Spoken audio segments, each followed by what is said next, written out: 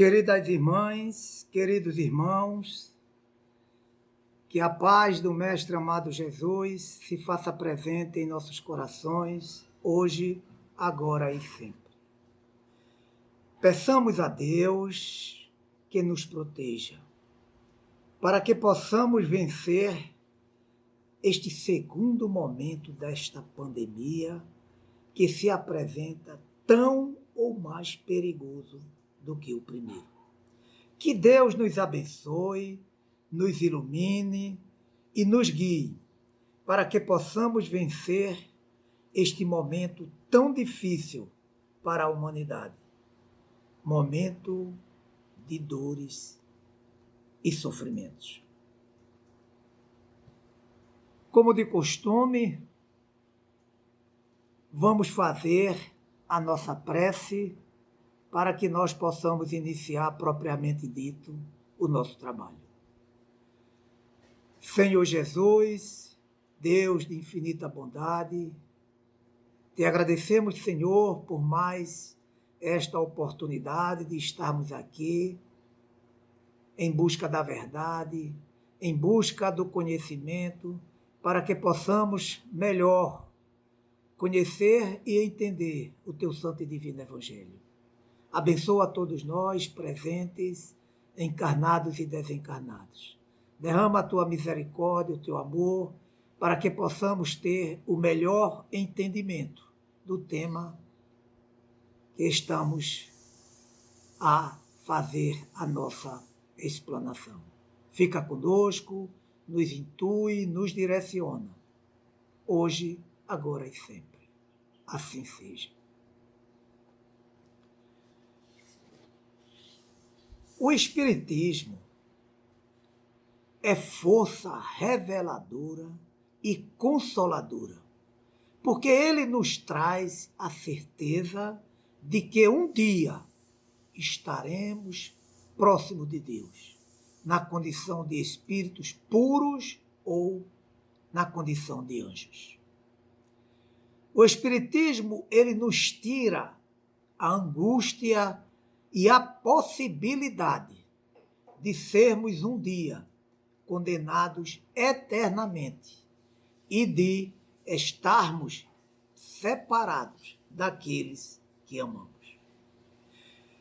Em suma, meus irmãos, o Espiritismo desmistifica a teoria do inferno e da condenação eterna. Teremos todas as oportunidades que forem necessárias para a nossa salvação, logicamente, dentro de um princípio de justiça divina.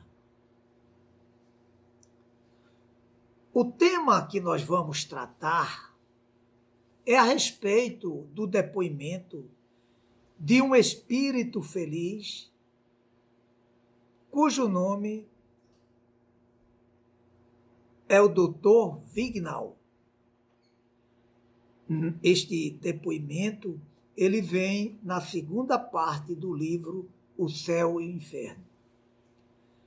Então, meus irmãos, para que tenhamos um melhor entendimento, é importante, é necessário contextualizar o tema dentro da doutrina espírita. Então, iniciando, vamos falar do livro O Céu e o Inferno, que é o quarto livro do Pentateuco, e o segundo livro a focar o aspecto filosófico da doutrina espírita. Este livro, ele traz para a humanidade, na prática, através dos espíritos, a demonstração clara, lógica e racional daquilo que a doutrina nos revelou a respeito do após-morte. Este livro ele está estruturado em duas partes distintas. Na primeira parte, apresenta um exame comparado das diversas doutrinas a respeito da passagem da vida corporal para a vida espiritual, fazendo uma análise dos seguintes temas: o temor da morte, o céu, o inferno, o purgatório, as penas eternas e as penas e recompensas futuras, os anjos e os demônios.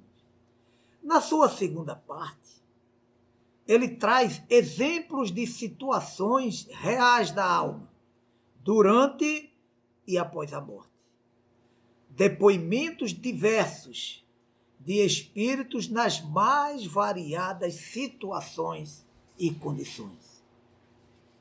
Depoimentos de espíritos felizes, de espíritos em condição mediana, de espíritos sofredores, de espíritos suicidas, de espíritos criminosos, arrependidos, de espíritos endurecidos, em suma, de espíritos em expiações terrestres. Então, meus irmãos, é dentro deste contexto que nós vamos tratar dessa comunicação que foi dada pelo nosso irmão Dr. Vidigal. Tratava-se de um antigo membro da Sociedade de Paris.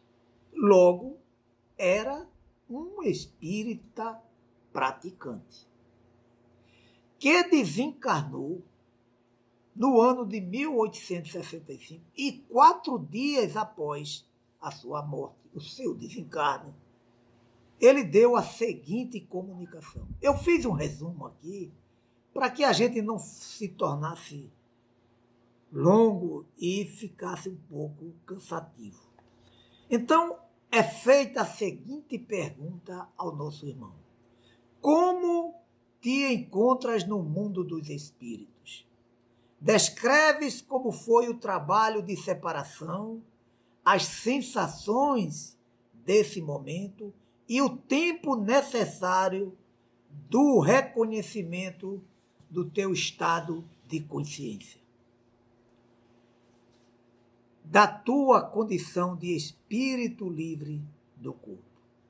E vejam os senhores o que respondem nosso irmão, o que responde o nosso irmão. Estou feliz quanto possível. Hoje sou livre. Um vasto campo, o do desconhecido, abre-se diante de mim. E eu espero, com a vossa ajuda, através da prece e a ajuda dos bons espíritos, avançar o mais rapidamente possível e cumprir os atos necessários para transpor o caminho da prova e merecer o mundo das recompensas. Que majestade, que amplidão, assim ele se expressa.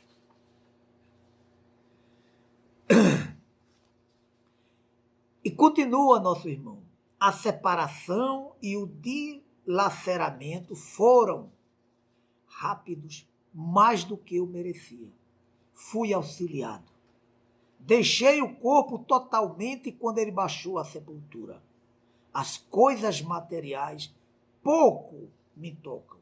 Eu não pensava senão na alma e em Deus. Então vejam os senhores, meus irmãos, minhas irmãs, que é um depoimento de um espírito feliz, que tem a confirmação plena da doutrina espírita, que é uma doutrina consoladora e reveladora. Vejam, senhores, que ele não nos falou de céu, de inferno, de demônios ou coisa parecida. Ele era um espírito que conhecia os ensinamentos da doutrina espírita. era um espírito que tinha grandes condições e qualidades para enfrentar este momento, o momento do desenlace do espírito. Ele tinha, meus irmãos, conhecimento, informações e certamente a fé de que estava professando a doutrina que melhor lhe fazia entender e que melhor lhe mostrava efetivamente a sua condição de espírito. E por ser um espírito e uma espírita esclarecido e conhecedor dos ensinamentos que os espíritos nos trouxeram, certamente ele estava preparado. E na medida que os fatos foram ocorrendo, na medida que ele foi efetivamente se inteirando da sua condição agora de espírito desencarnado e vendo que as coisas se confirmavam, que as informações, que os ensinamentos se confirmavam, imaginem os senhores a felicidade, a satisfação que este nosso irmão inicialmente já começa a conviver no mundo dos espíritos. Porque o espiritismo, ele chegou, vejam, senhores, e é importante que façamos uma digressão, que voltemos um pouco à história quando da chegada do espiritismo, para que nós possamos ter uma noção mais apurada do quanto foi importante esse desencarne, da forma como ele correu para o nosso irmão doutor Vignal, já que se tratava de um espírita praticante e convicto. Então, o espiritismo ele chega na metade do século XIX, ele vem através do movimento denominado de mesas girantes, que no início, meus irmãos, não tinha muita importância. Era de pouca credibilidade. Era um movimento que só atraía a atenção dos curiosos. Aquelas pessoas tidas como sérias, de conhecimento respeitável na sociedade, aquelas pessoas que tinham uma condição intelectual, que tinham uma respeitabilidade diante da sociedade diferenciada, até então, nos primeiros momentos, não se aproximaram nem deram ouvido aos movimentos, aos fenômenos das mesas girantes. Mas o movimento dos espíritos, a doutrina, ela veio para ficar. E ela veio da melhor forma possível. Ela veio através das mesas girantes, porque teria que desta forma ocorrer. Isto já era uma decisão, uma confirmação da própria espiritualidade. Então, na época, quando começa a despertar em algumas pessoas de conhecimento respeitáveis, de posições de destaque na sociedade, então começa o movimento a se fortalecer. E Allan Kardec, que era um homem respeitadíssimo na sociedade de Paris, pelo seu conhecimento intelectual, pela sua condição de pedagogo, pela sua condição de homem sério, ético, honesto, e que certamente seria de grande importância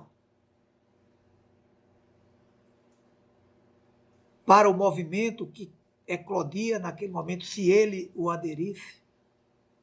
e ele estava nesta programação, ele era o indicado pela espiritualidade, só que a resistência ainda era muito grande. Kardec começa a ser convidado para participar das reuniões e ele não vai nos primeiros momentos. Ele não acredita, ele não dá a devida importância, mas a pressão aumentava.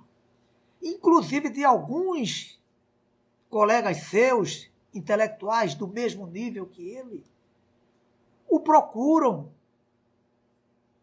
e levam alguns materiais para que ele, pelo menos, desperte a possibilidade de participar das reuniões que vinham ocorrendo naquela época. Então eu vejo os senhores que, depois de muita insistência, até falam de uma frase clássica do nosso codificador. Eu acho que talvez no momento de mais pressão ele tenha dito isso, que ele olha para os seus colegas que estavam ali para o convidar e diz: olha, não acredito, não dou a menor importância, porque eu não acredito que uma mesa pense. No dia que vocês me provarem que uma mesa tem cérebro para pensar, eu vou pensar no caso. Mas o que estava reservado para Kardec não era coisa do homem, não era coisa da terra, era coisa de Deus, era coisa da espiritualidade. E num determinado momento, Kardec desperta para que, gente, eu vou lá, eu vou ver o que é que acontece. Eu vou observar tudo nos detalhes, eu vou estudar, eu vou buscar, se tiver falha eu descubro. E Kardec vai, começa aí as primeiras reuniões. E conta que ele era enérgico nesse aspecto. Ele observava tudo, ele conferia tudo, ele checava tudo e nada ele descobria de anormal, de coisas escusas, de erros cometidos. Tudo era devidamente checado e tudo era constatado que se tratava de muita seriedade. E Kardec aprofunda. E quando ele chega no nível de aprofundamento que ele para e ele já começa efetivamente a receber as mensagens dos espíritos, dizendo para ele o papel dele naquele momento, a missão que estava reservada para ele, então Kardec começa a se convencer. E Kardec começa efetivamente a desenvolver um estudo profundo, a ouvir o que chega até ele e a efetivamente dar a importância que os fatos mereciam. Porque, vejam, senhores, a doutrina espírita naquela época, ela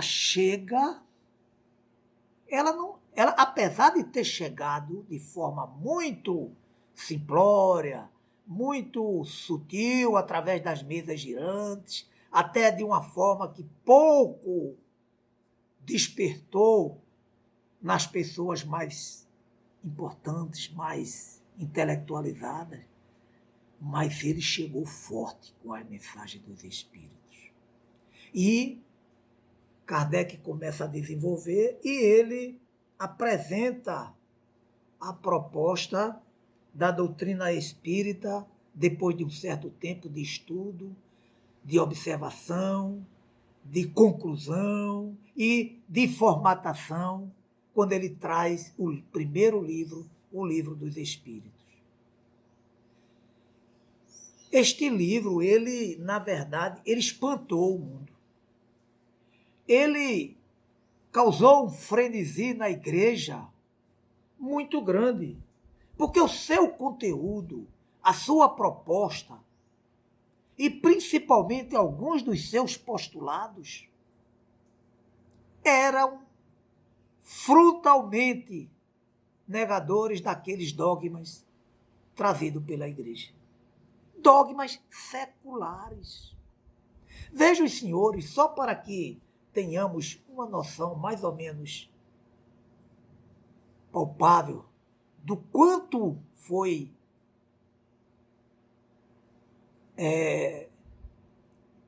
espetacular a chegada deste livro dos Espíritos.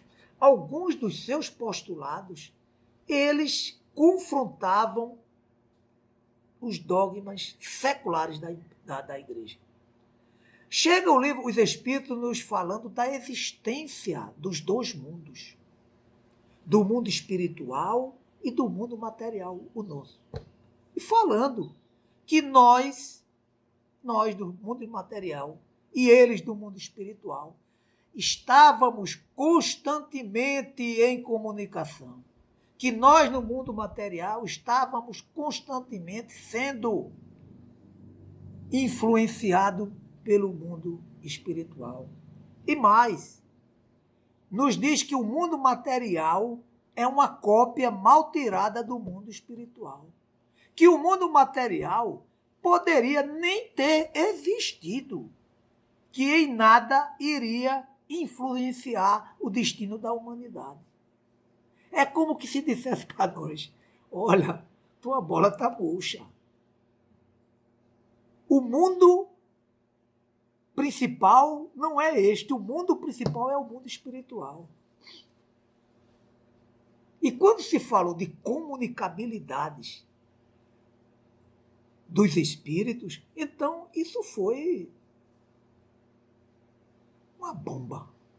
E como condição de evolução, nós precisamos estar recebendo.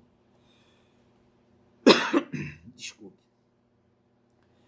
Então, meus irmãos, são situações que na época trouxe muita celeuma. Nos diz os Espíritos, olha, céu e inferno é estado de consciência. Aliás, o Papa anterior já admitiu isso. A evolução dos espíritos se faz necessário por conta das leis de Deus, das leis divinas. E o demônio, aquela figura trazida pela igreja, não existe. Veja os senhores, quantas revelações que impactaram de forma dura a igreja. Porque, assim, só para que a gente tenha uma noção desse impacto, você vê que a igreja, na época, ela falava da existência do demônio como uma força que se contrapunha à força de Deus. Deus, o nosso Pai, Criador do universo. A igreja falava da condenação ou salvação eterna. O céu e inferno eternos após a morte. Lugar circunscrito. Coisas totalmente antagônicas ao que a doutrina dos Espíritos nos trouxe como postulados. E para que nós tenhamos assim uma clareza maior, fazendo uma análise entre os postulados da doutrina espíritas, postulados esses trazidos logo na sua chegada, e os dogmas da igreja, raciocinando de forma lógica, raciocinando sem dogmas, sem verdades que tenham que ser impostas, sem nenhuma fundamentação, para entendermos este impacto, para entendermos o que a doutrina trouxe para o mundo naquela época. Então vejam, senhores, que os Espíritos nos falam dos atributos de Deus. Sabedoria, bondade, onipotência, imaterialidade. E segundo os Espíritos, Deus é perfeito em todos os atributos e que se ele fosse um pouco que seja imperfeito em um de seus atributos, ele não seria Deus. Deus, sendo infinitamente sábio, não poderia, meus irmãos, criar filhos destinados eternamente ao mal, pois ele criaria um ser imperfeito. Que culpa teria um filho que fosse destinado, desde a sua criação, ao mal eterno? Com os atributos que Deus possui, como conceber que tal fato acontecesse?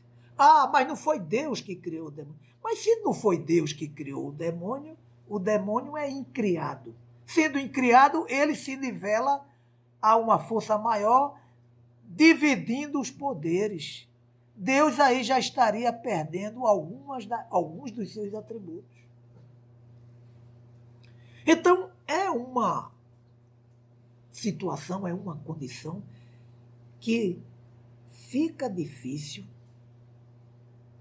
dentro de uma lógica, de uma razão, de uma condição ou situação de um Deus onipotente, onipresente, imaterial, bom e justo, que esta situação efetivamente ocorresse. A doutrina nos ensina que Deus cria todos os seus filhos simples e ignorantes, e todos destinados à perfeição, perfectíveis. E a felicidade eterna que tanto buscamos, que tanto queremos, que tanto confundimos, cabe a nós, através do bom uso do livre-arbítrio e, logicamente, dos esforços que cada um de nós fizer para chegarmos mais cedo ou mais tarde à perfeição e à felicidade. Então, meus irmãos, dentro de uma lógica perfeita, podemos descartar a existência do demônio. Falam que o demônio era um ser de luz e que ele se revoltou contra Deus. Ora, fica mais absurda ainda essa afirmativa. Porque, vejam, senhores, sendo Deus infinito em perfeição e sabedoria, não poderia ou não saberia que este filho que ele havia criado como perfeito ia falir? Não estava Deus criando um anjo imperfeito, que ele sendo perfeição, jamais ele iria criar de forma imperfeita? Será que Deus cometeria tais erros, tais enganos como nós, humanos? São essas as indagações. Então, por isso que nós, sempre que temos oportunidades, é crucial que falamos da racionalidade e da lógica da doutrina dos Espíritos. Então, meus irmãos, como Deus não cria nenhum filho mau eternamente, a doutrina nos diz que os supostos demônios são espíritos que escolheram trilhar o caminho do mal, momentaneamente, porque eles sairão deste caminho quando perceberem que o único caminho da felicidade é a prática do bem. Então, os demônios, e aí não é o demônio, são os espíritos ainda doentes, fracos, fragilizados, que ainda persevera na prática do mal, são equivocados nesse entendimento. E aí não é um, são vários, porque são todos aqueles que ainda perseveram na prática do mal. São vários e nem de longe se atreve a querer medir forças com Deus.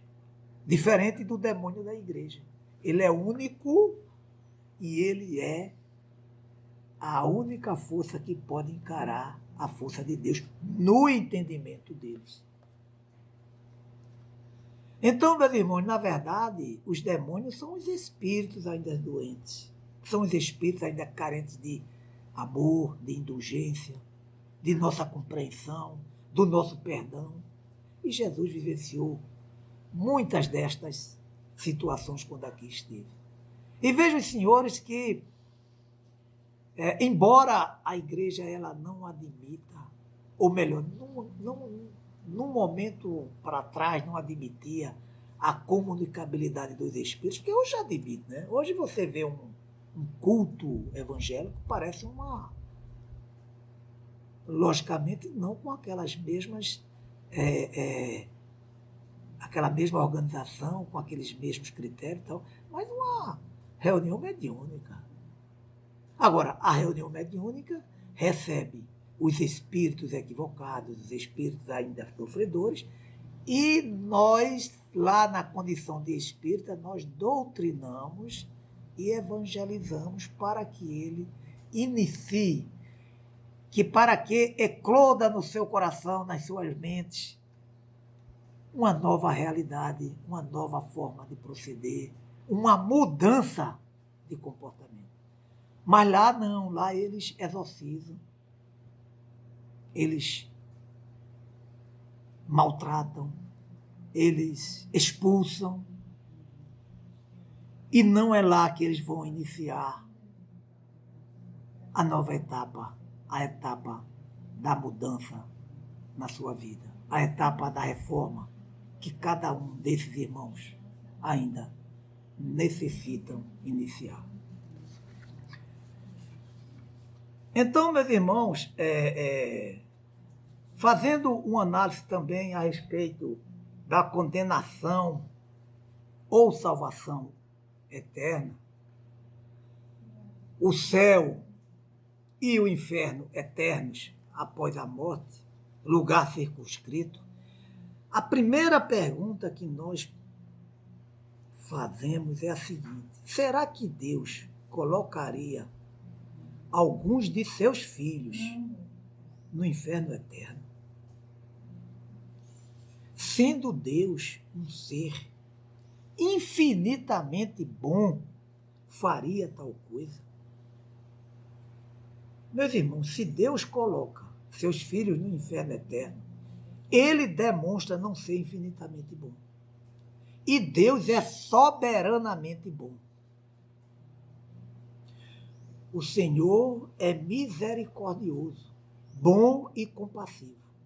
Não repreende perpetuamente, nem se aborrece ou se irrita, logo não teria como conservar para sempre uma ira que não a possui. Nós que somos, meus irmãos, pais e mães, se pudéssemos decidir a sorte de nossos filhos carnais depois da morte, será que colocaríamos nossos filhos no inferno eterno? Por ruins que fossem. Com certeza que não. E se nós, que somos imperfeitos, ainda pensamos assim, quanto mais Deus, que é perfeito em todos os atributos. Não foi à toa que Jesus disse: se vós, então, que sois maus, sabeis dar boas coisas a vossos filhos, quanto mais o vosso Pai que está nos céus. Interrogado pelos fariseus sobre quando viria o reino de Deus, Jesus lhes respondeu: não vem o reino de Deus como com visível aparência, nem dirão, ei-lo aqui ou ei-lo lá está, porque o reino de Deus está dentro de vós. Ora, se Jesus afirmou que o reino de Deus está dentro de nós, o céu também não está em lugar circunscrito. E chegamos à conclusão de que o inferno também é um estado de consciência do espírito. Então, diante dessas informações e trazidas como postulados da doutrina dos espíritos, que trouxe um impacto enorme dentro da igreja, que levou a Kardec a passar por momentos difíceis, de tremenda pressão, perseguição, dos livros queimados. Muitos livros foram queimados na véspera da publicação do Livro dos Espíritos, por conta do comportamento ainda reacionário, ainda dentro daquela linha da Santa Inquisição, onde a verdade era deles, e quem não as compartilhasse, certamente teria que ser exterminado. Então isso trouxe muito sofrimento para o codificador. Isto trouxe, assim, situações em que ele buscou desesperadamente a proteção da espiritualidade, que sempre foi fiel, que sempre se fez presente, que sempre foi realista no sentido de dizer que aquilo estava na programação, que ele iria sofrer muitas pressões, mas a missão era dele. Inclusive, num determinado momento, disse, olha, mas se você achar que não tem condição, nós temos já alguns espíritos já preparados para lhe substituir. Mas Kardec era um homem de Deus e ele não ia perder a oportunidade de trazer a doutrina dos espíritos para todos nós. Até por conta das encarnações anteriores, né? Por conta de que se tratava de um espírito que tinha uma grande obra já na sua caminhada. E para como fechar este manancial de revelações que nos trouxeram grandes consolações, o Espiritismo nos traz explicações, instruções a respeito da reencarnação. Porque se falava de reencarnação antes da doutrina espírita. Ninguém pense que foi o Espiritismo que trouxe reencarnação como conhecimento para a humanidade. Não. Se falava de reencarnação, se falava de ressurreição, mas o esclarecimento, o entendimento que os espíritos nos trouxeram, logicamente levou a que esta massa de pessoas que acreditassem na reencarnação aumentasse de forma infinita, no sentido de que, a partir de uma explicação lógica, racional, mostrando como se faz a justiça, por que tantos sofrem sem merecer e tantos levam vantagem dentro do mundo do crime, da prática dos ilícitos, né? Da desonestidade, e mesmo assim continuam numa condição de favorecimento. Como entender um Deus justo que permitisse o nascimento de uma criança mutilada, o nascimento de uma criança sem a visão, de uma criança condenada ao sofrimento enquanto aqui estivesse? Somente, meus irmãos, com o processo da reencarnação, que nos explica, que nos orienta, que nos mostra o porquê de tudo isto ocorrer. Porque, na verdade, a nossa visão, ela é limitada, o alcance dela, o raio de alcance dela é muito curto. E a vida dos espíritos é eterna. As nossas avaliações, elas ocorrem dentro de um raio que só alcança essa encarnação aqui na Terra. E aí a gente não vai entender. A gente vai sempre se achar injustiçado. A gente vai se achar sempre como uma pessoa que Deus ignorou. Mas Deus não ignora nenhum dos seus filhos. Que as dores, elas são necessárias para a nossa evolução. Que as dores, elas são como se fosse a redenção das nossas práticas indevidas, das nossas práticas equivocadas, dos nossos crimes, dos nossos delitos, das nossas fraquezas, dos nossos erros. E é através dessa explicação, dessa orientação que os Espíritos nos trouxeram a respeito da reencarnação, que nós começamos a entender muitas das passagens que estão lá na Bíblia. Veja que tem a passagem lá em Mateus, no capítulo 5, que diz: de lá não sairás enquanto não pagares o último centavo. Só dá para entender se for dentro de um processo reencarnatório. Porque quantos chegam aqui belos, saudáveis, ricos, passam toda a vida vivenciando uma vida de gozos e praticando crimes ilícitos, desonestidade, exploração, e não sofrem nada nesta encarnação. Como entender? Né? Quantos sofrimentos que às vezes os familiares nos leitos dos hospitais ficam sem entender por que meu filho morreu sem nenhuma assistência de Deus. Será que ele não teve a assistência de Deus? Meus irmãos, nunca nós estamos abandonados. E quanto maior o sofrimento, e quanto maior a nossa necessidade, maior a assistência que nós recebemos. O moribundo, o doente, o que está lá no leito, numa situação que dói naquele que o vai visitar, ele está sofrendo menos do que os familiares que estão ali em volta. Porque ele tem assistência. E nós só achamos que Deus nos atendeu se tirar o nosso ente querido do leito e ele continuar ainda aqui no planeta. Eu me lembro perfeitamente que um amigo internou o filho num estado avançado de um câncer que o devorava. E a última vez que ele